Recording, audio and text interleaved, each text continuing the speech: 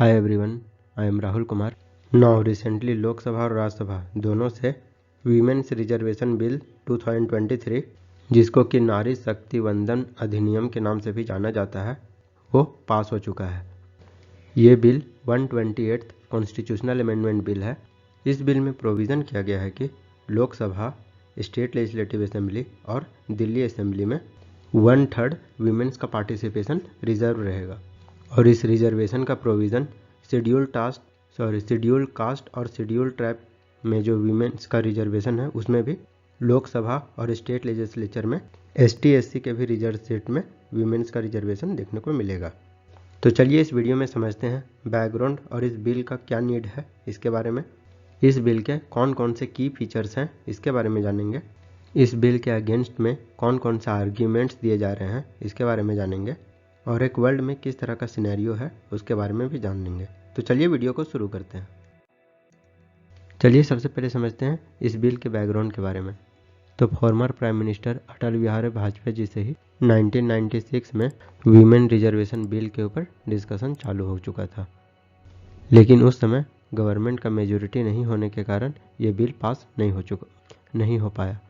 Women के seat reservation को लेकर कुछ अर्लियर अटेम्प्ट्स भी किए गए हैं, जैसे कि 1996 में फर्स्ट वीमेन रिजर्वेशन बिल को पार्लियामेंट में इंट्रोड्यूस किया गया था और 1998 से लेकर 2003 तक 4 ओकेजन्स पर गवर्नमेंट के पास कई बार बिल आया, लेकिन ये भी फेल्ड हो चुका था।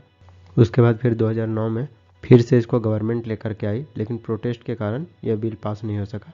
फिर 2010 में यूनियन कैबिनेट के द्वारा इस बिल को पास किया गया और इसको राज्यसभा में पेश किया गया, तो ये राज्यसभा में पास हो चुका था, लेकिन लोकसभा से नहीं पास हो पाया। फिर 2014 में एक्सपेक्टेड था कि ये बिल लोकसभा से भी पास हो जाएगा, लेकिन ये भी पास नहीं हो पाया। तो यह था इस बिल का बैकग्राउंड। चलिए अब हम लोग समझते हैं इस बिल का क्यों नीड है। तो अभी हमारे पार्लियामेंट के लोकसभा का बात करें तो उसमें 82 वीमेंस जो कि लोकसभा में 15.2% होता है, वहीं राज्यसभा में 31 वीमेन जो कि राज्यसभा का 13% होता है, वो देखने को भी मिलता है प्रेजेंट में। यदि फर्स्ट लोकसभा से कंपेयर करें तो फर्स्ट लोकसभा में वीमेंस का रिप्रेजेंटेशन 5% था, जो कि अभी 17th लोकसभा चल रहा है, उसमें वीमेंस का रिजर्वेशन लोकसभा में 15% तक बढ़ा, लेकिन अभी भी हम लोग बहुत सारे कंट्री से बहुत ही कम है। जैसे कि according to recent United Nation women's data, Rwanda में देखें तो वीमेंस का रिजर्वेशन 61% है, वहीं क्यूबा में 53%, निकारागुआ में 52%। ये सब टॉप 3 कंट्रीज़ हैं जो कि जहाँ की वीमेंस का रिप्रेजेंटेशन मोर देन 50% से भी ज़्यादा है। वहीं हमारे नेबरिंग कंट्रीज़ का बात करें तो बांग्लादेश में 21% जो कि इंडिया के 6% से ज़्यादा है, वहीं पाकिस्तान में 20% जो कि इंडिया से लगभग 5% ज़्यादा है।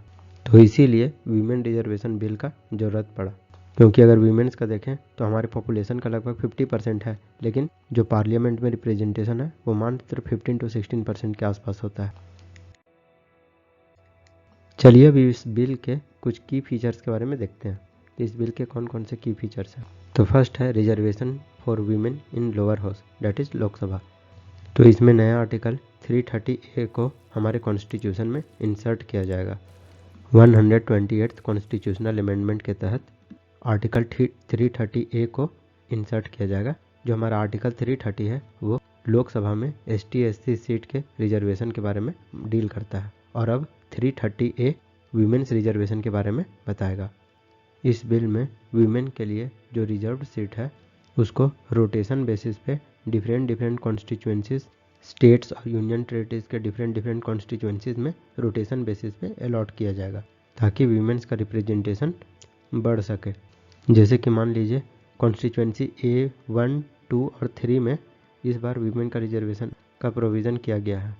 उसके बाद नेक्स्ट इलेक्शन में कॉन्स्टिट्यूएंसी 3, 4, 5, 6 इसमें वीमेन का रिजर्वेशन दिया जाएगा, इसमें नहीं। लेकिन इसका मतलब ये नहीं है कि ये सब वीमेंस फिर से इलेक्शन नहीं लड़ सकती है, ये सब लड़ सकती है और चाहे तो नहीं भी लड़ सकते हैं, वो इनके ऊपर है। लेकिन इसमें इन कॉन्स्टिट्यूशन में जो 33% वीमेंस होगी वो वीमेन ही सिर्फ लड़ेगी। तो इस तरह से रोटेशनल बेसिस पे एलोकेट किया जाएगा सीट्स को। और आप लोग को मालूम ही होगा ST/SC के लिए लोकसभा में जो रिजर्व्ड सीट है SC के लिए है वो 84 है और ST के लिए 47 के आसपास है। तो इसमें भी 1/3 जो है वो वीमेन ही रोटेशनल बेसिस पे चुनी जाएगी। अब नेक्स्ट बात करते हैं हम लोग वीमेंस का रिजर्वेशन स्टेट लेजिस्लेटिव असेंबली में। इस नारी शक्ति वंदन अधिनियम के तहत स्टेट लेजिस्लेटिव असेंबली में आर्टिकल 332A में इसको ऐड किया जाएगा। याद रखिएगा, जो कैपिटल ए होता है या बी होता है ऐसी होता है, वो अमेंडमेंट के थ्रू ऐड किया जाता है हमारे कॉन्स्टिट्यूशन में। इस आर्टिकल के तहत हमारे जितने भी स्टेट लेजिस्लेटिव असेंबली है उसमें वुमेन्स के लिए 1/3 सीट्स का रिजर्वेशन को मैंडेटरी कर दिया गया है। और एडिशनली इसमें भी 1/3 जो सीट होगा वो एसटी और एससी के लिए भी एलोकेट किया गया है।